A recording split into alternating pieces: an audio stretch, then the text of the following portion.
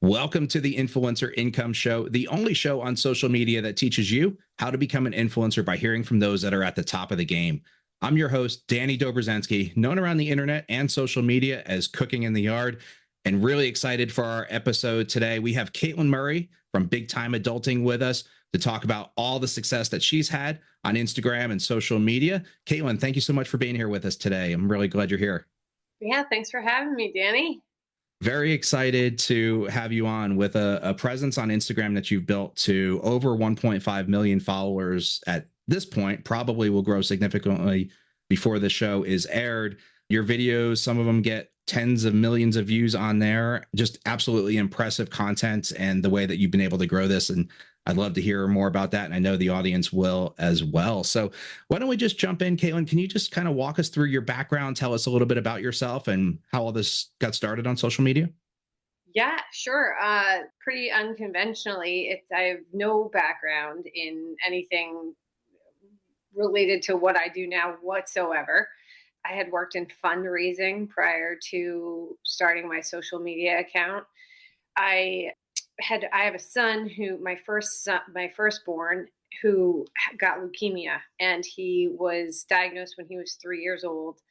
And in that process, I was writing emails to family and friends about what was going on with my son, but also just like a, a very like cathartic, therapeutic experience for me, just the writing part of it. And it was, you know, some storytelling and some anecdotal stuff and some humor mixed in along the way. And then like a lesson that I took with me from like a long day at the hospital or something along those lines. And this was just a personally very fulfilling experience for me. It felt great for me to just be able to put stuff out there and write it down.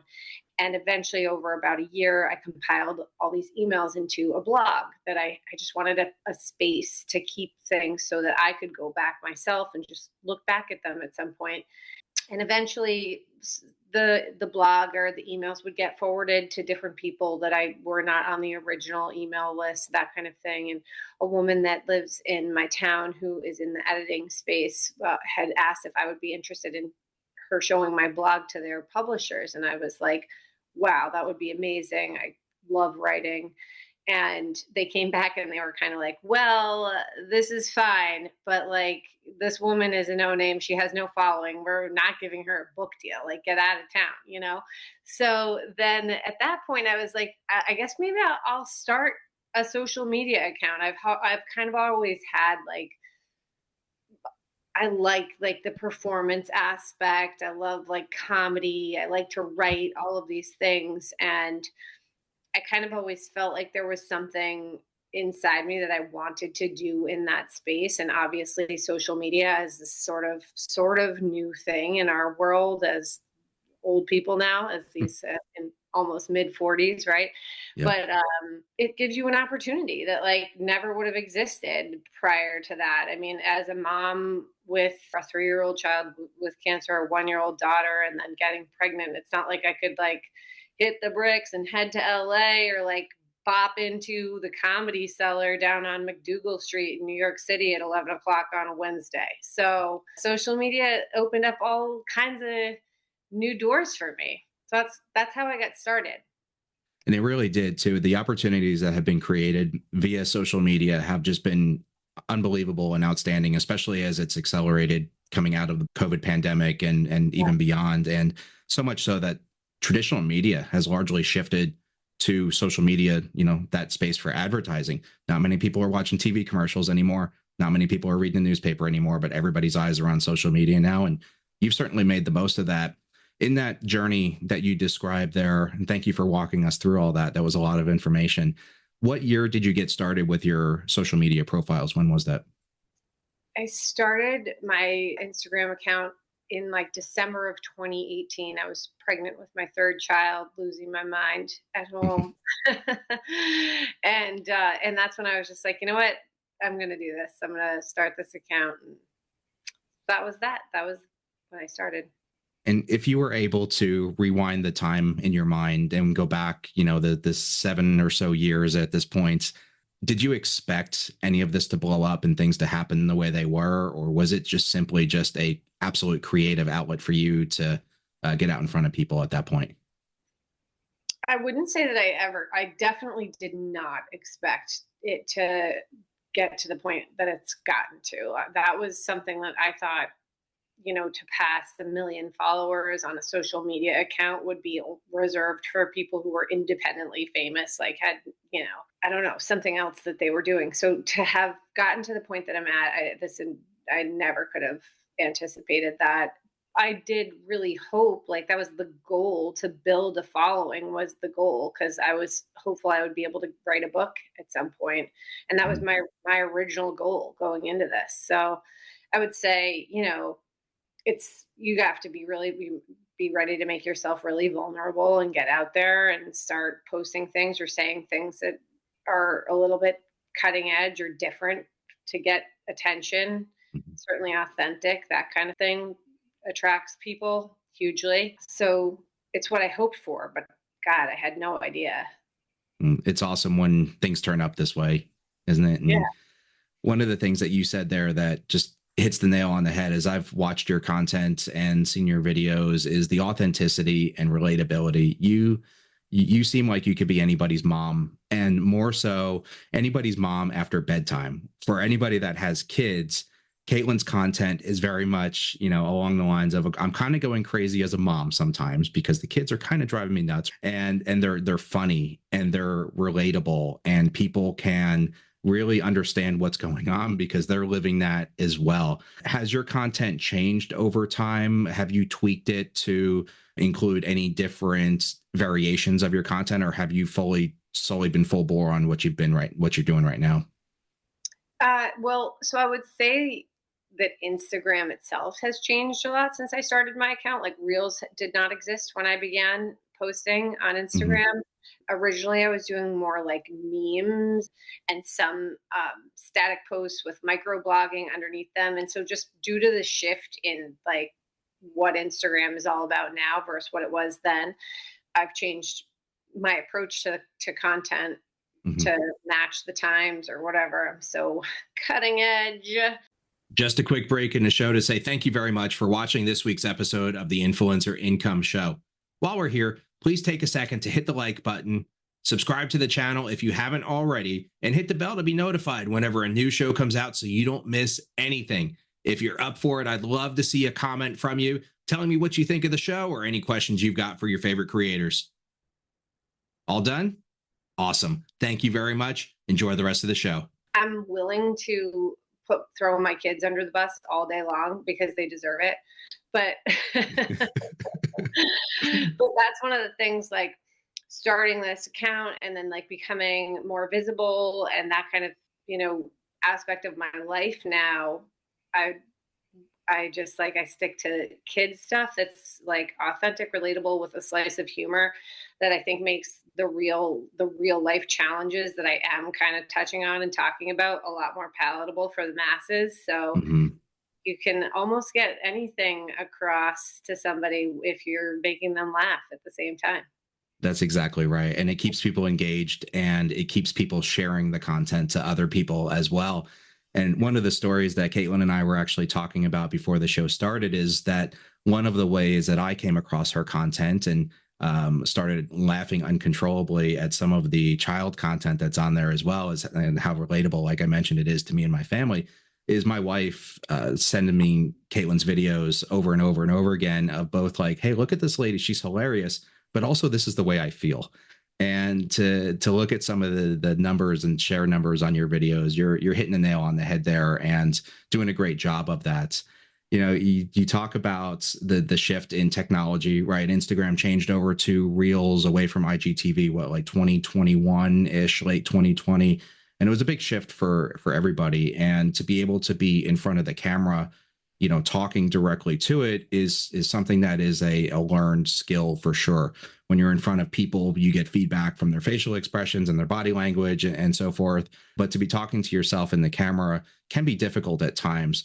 When you got started with that, did you feel any of that or did it feel natural to you? And what I'm most curious about here is maybe for somebody who's looking to start creating content in the same way that you are, what advice would you give them on planning the content and then recording it like you do? Yeah, it's definitely a hard thing that you have to kind of practice makes perfect in a lot of ways. Like the opportunities to get out there, like front facing on camera, were through your stories prior to Reels, and IGTV was around, and I was doing videos back then because let's face it, I'm a ham. I like to get out there right in front of the camera, fine with it. You have to be okay with like making yourself look like an asshole sometimes. Who knows how this is going to be received by the World Wide Web? But anyway, yeah, I think that my advice would be for anyone getting started in this space who feels nervous getting in front of the camera, that kind of thing, is to like think about what your voice is and what your tone is and what you want that to be over time. And I obviously, like, the best way to go with that is to stay true to yourself and be authentic when you're talking, because people can sense bullshit like immediately Mhm. for the Yeah. most part, or if they feel like they're being sold something by the tone of your voice, like it's very obvious. And then if you sound really nervous, unless you're being very vulnerable, it's not entertaining. So you just got to kind of like practice. And did you take feedback or tips from other people along the way? Some people say, the comment section kind of guides them in the direction that they go, sometimes for better, sometimes for worse. We can get to that here in a few minutes. Yeah. But, or was it just you saying, I like this, or I don't like this. I'm going to do more of this next time and less of this, that sort of thing. Who was critiquing or giving feedback there?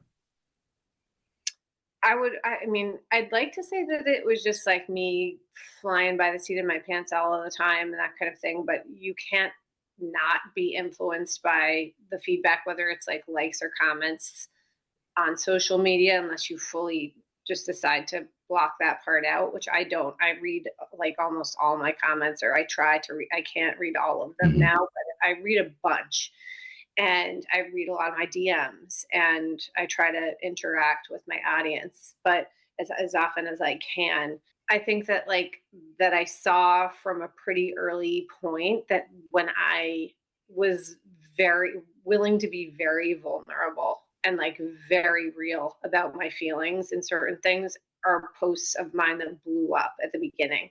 And this was during like the days of just writing a microblog, like at having my third child, going through that newborn phase in front of everyone when I had just had that account, and being like, this sucks, like I am Mm-hmm. exhausted to the bone, and god, I just can't wait to get through this phase type thing, where usually you're seeing like the joy of my life has just entered the world and my Yeah. soul is complete, and I'm like, yes, that too, but fuck, this sucks right now.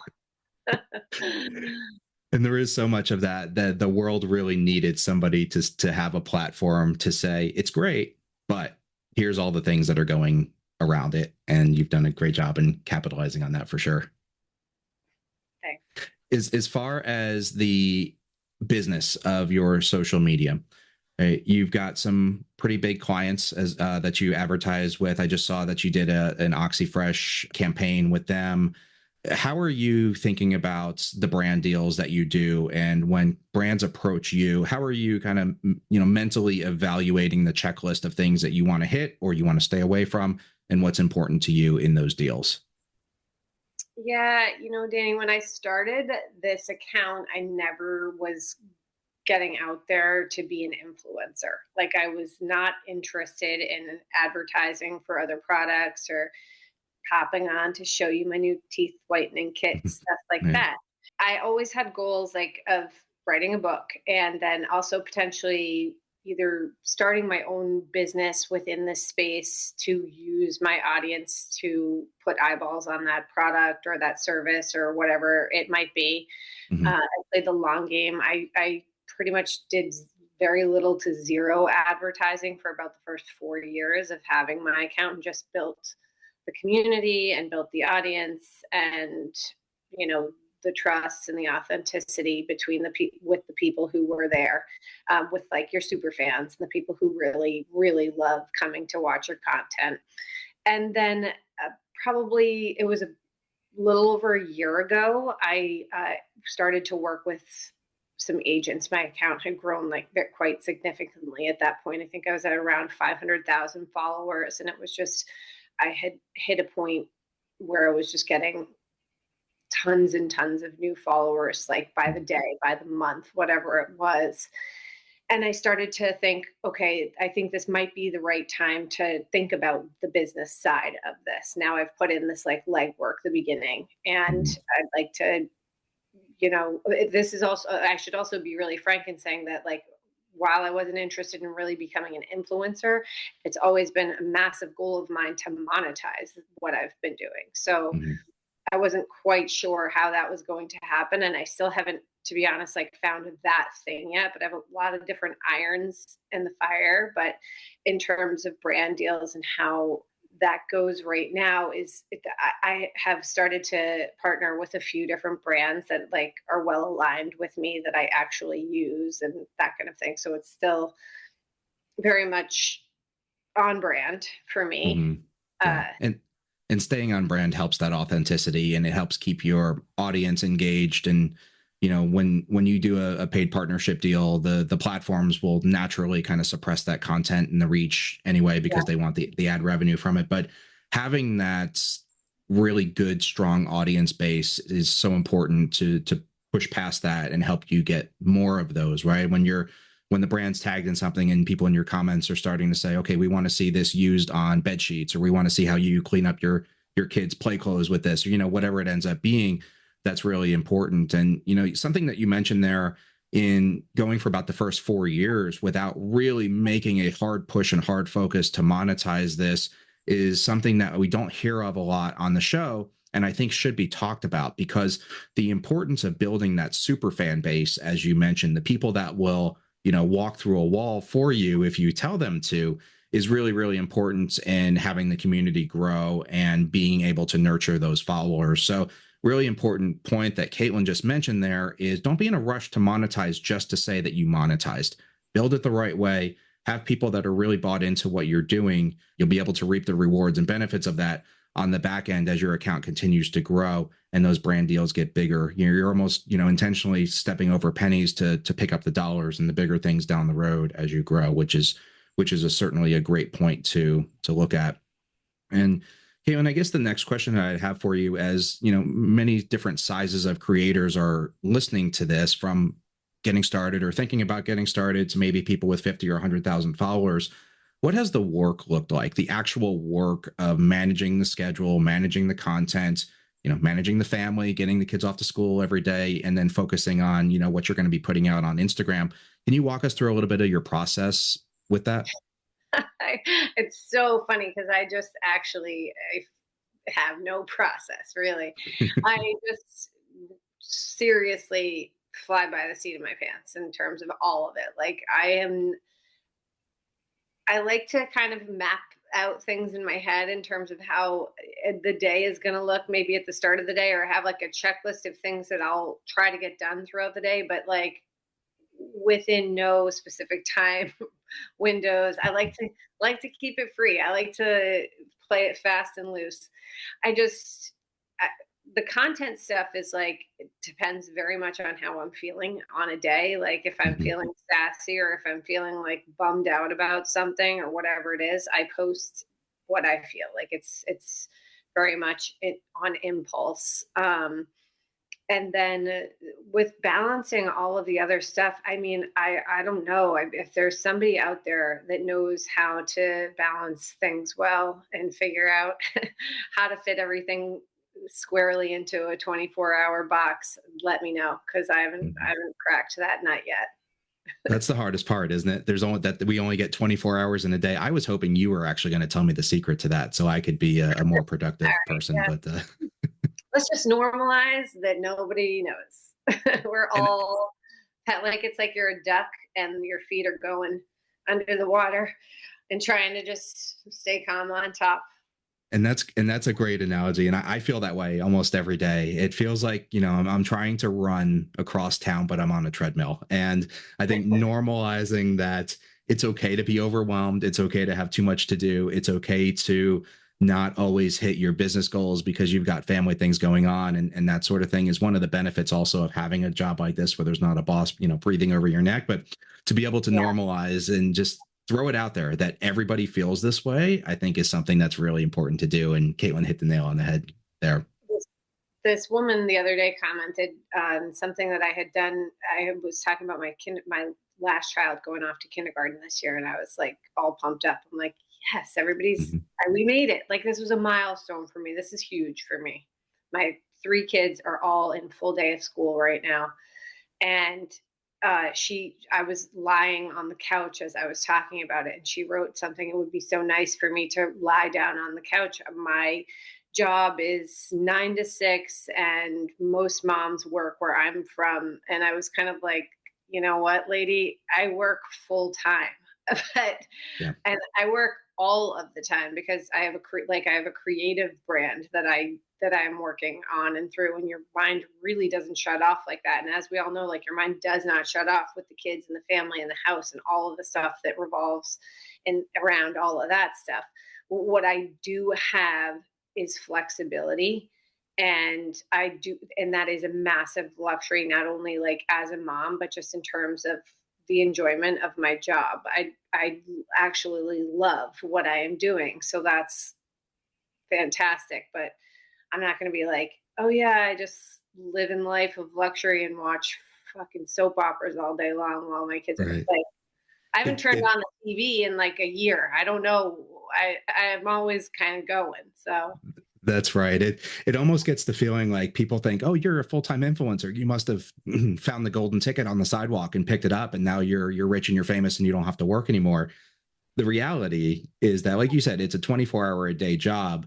The benefit of it is it gives you that flexibility and it gives you options. You're more in control of what you want to do. And don't get me wrong, I had a great corporate job before I came to do this, but doing this job and being in control over my entire day, my schedule, my content, my creative planning is way better than working for somebody else. And all the money that you make goes to you and your family, Uncle Sam generally as well, of course. But having all of that, the ability to do this job is a great job. And that's actually one of the points of the show, is that I want people to hear the good, the bad, and the ugly of everything that goes into this job to give people the ability to make a decision as to whether they want to pursue it, because it is not all sunshine and rainbows all the time. And especially with pay instability, some months you make a lot of money, some months you might not make as much or any in reality. That's all things that people have to consider and get ready for as well. And Caitlin laid it out great there for us. With all of that being said, if you were able to look back or turn back the hands of time again, we go back that 7 years or so, knowing what you know now, would you have made the decision to start and then grow your Instagram platform and kind of be what you've become today? Or do you think you might have done things differently, or would you stay away from it altogether? I would I would not stay away from it at all. I would definitely have done it all over again. It's been a great experience for me and a really rewarding and validating experience for me.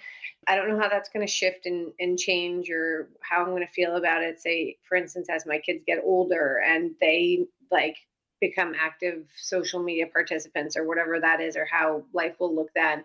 They know about what I post about. I show them a lot of my reels. They laugh. They know I joke around all the time. I mean, I am their mom, for God's sake. But you know, I don't think I would have done anything differently. I had a lot of thoughts about what I would do with this account when I first started it, and went back and forth a lot about like where should I focus? Like do I just want to do like everyday general humor, making fun of the small stuff and being able to laugh at life when it's hard and all of that jazz.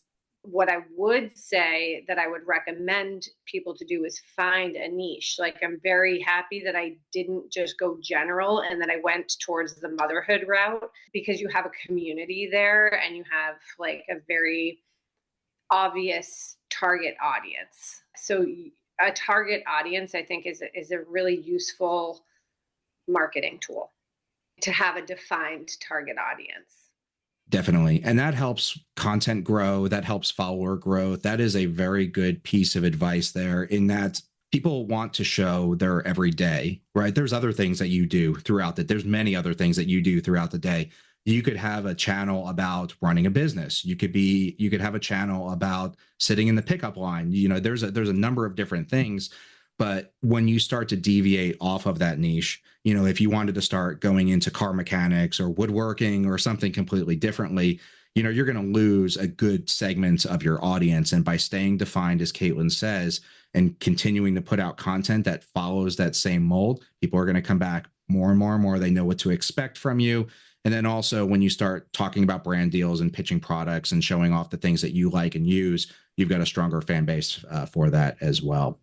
So you mentioned finding a niche. Do you have any other tips or any other gems for new or up and coming creators that you've picked up along your way on this journey? Yeah, I would say it's really important to interact with like-minded accounts through in social media. Share something from another account that you like that has similar a content base that's similar to yours. Get noticed by these accounts. Comment on their content. Show yourself out there so that not only their followers see you, but they see you, because one of the most important ways to grow your audience is to be shared by other people who have large accounts. So if somebody with a big account shares a post of yours on any given day, you may see an influx of anywhere from 100 to 1,000 new followers from that kind of a post. So it's important to have like a network, which is Absolutely. something, yeah, that I didn't like going on to social media. I was like, I'm not going to interact with strangers on the internet. I'm not a weirdo. And then I was like, all right, I am. Like, for instance, listen, I'm on your podcast right now. I wouldn't have known you if it hadn't been for a DM or an email that you Yeah. got through social media. So, Absolutely. And you never know what could come from that. Now, I'm not saying you're going to blow up even more from this podcast, but you never know what opportunities could come from it, right? It could get forwarded to somebody who forwards to somebody who forwards to somebody that knows Joe Rogan or whomever, right? A big name in the space, right? So having the ability to go after those opportunities is always something that is out there for us, and we never quite know what's coming around the corner next. So having eyes open, having that tribe as well on social media is a good way to vent to other people who understand what you're going through and what you're dealing with, and the day-to-day aspect and grind of it also. And people to get advice from or give tips to, and just have that localized conversation about the day to day really makes a huge difference. And I think you hit that spot on. That's something that I always try to do in my content and the people that I work with very closely also. Caitlin, we've talked about a lot here. We've talked about how you got started, how you've grown, how important it is to both your content and others to be highly relatable and authentic. At this point, I'd like to turn around the microphone to you here, so to speak. Do you have anything that you're currently working on or coming up next that you'd like to talk about or promote at this point to the audience? so I do have some things that I am working on, sort of behind the scenes, that I don't talk about that often on Instagram or social media outlets or anything like that. One of the things I will say, just that would be of interest to other creators or people who are looking to establish a business in the social media space, is this newsletter that I put out weekly. And to be honest, before I got into this industry, I was like, newsletter, schmoozletter, newsletter, it should be called, actually. I like, sounds like a homework assignment, whatever. If you can like get a core audience in a newsletter, and this isn't something that I'm trying to do right now because I don't have like like I'm not a, say, a personal trainer who's trying to offer you my monthly program or something like that, where it's a subscription based thing, or any of that. But to have this other outlet, it's called the flywheel. I'm sure you know of Mm-hmm. this, Danny, but like to have your newsletter promoting your Instagram, and your Instagram promoting your podcast, and your podcast promoting your newsletter, and to keep people informed and in the loop of all of the things that you're doing is truly like a great way to diversify your business and reach new audiences. So the newsletter has been one of my favorite things that I've started because I enjoy writing so much, and it's a quick and easy read and people are opening it. So it's been great for me. Outside of that, I am writing a book now, but that's like I haven't even begun talking about it because it's such a long process, and I don't want to get sick of hearing myself talk about it yet. So we'll be on the lookout for that.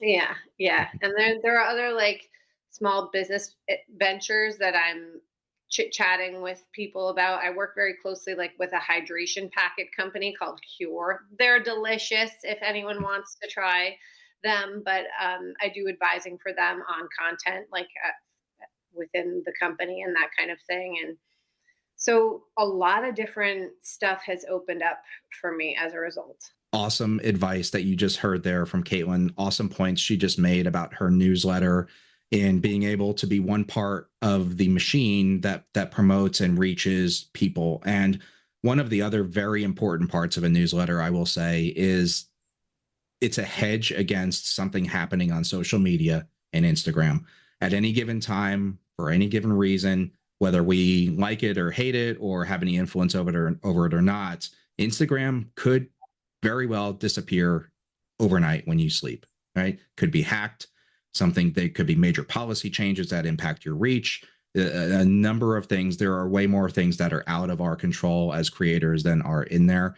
And having that newsletter, as Caitlin mentions, gives you the ability to be at the top of the people's inbox that are subscribing every time you send it out without hoping that Instagram or whomever is going to put your content in front of their eyes. You are putting your content in front of their eyes, which is a very powerful tool and something that all creators can take away from. I wish I would have started my newsletter about 4.5 years before I actually did. And it's not that hard to do. Caitlin, can you just walk us through really quick how you have that set up? Is it a link in your bio? Is it from a website? How do you drive people to that?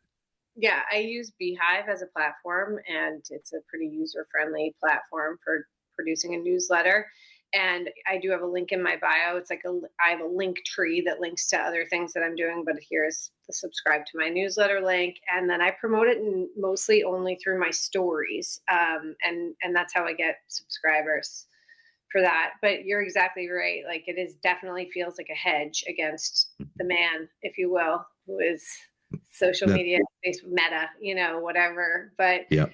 It's scary. It is scary. I did have a day like that a couple years ago where my Instagram account had disappeared one morning, and I was like, "Well, I guess that's it. Hanging up the cleats now. Got to find something else to do." Yeah, it was a fun ride while it lasted, right? And then now it's gone. So it's a great point to have the newsletter. Yeah. And another thing too, Caitlin touched on it earlier, in the switch from static images and memes over to videos and reels and getting the hang of that. Not everybody made that cut. Not everybody was able to do that transition. And who knows what's coming next? I mean, we've got AI, we've got the virtual metaverse goggles things that, who knows what that could change content into. And quite frankly, if somebody decides like that's not for them, they don't like it or they don't enjoy doing that, to have an email subscriber list where you can still reach your followers and still get in front of people that you want to get in front of is immensely powerful. I recommend for everybody to stop what you're doing right now, start researching that and get that set up ASAP. Caitlin, thank you very much for being on the show today. You will be able to find all of Caitlin's information on influencerincomeshow.com. The YouTube video interview of the interview will be there as well. Thank you, everybody. We'll see you next week.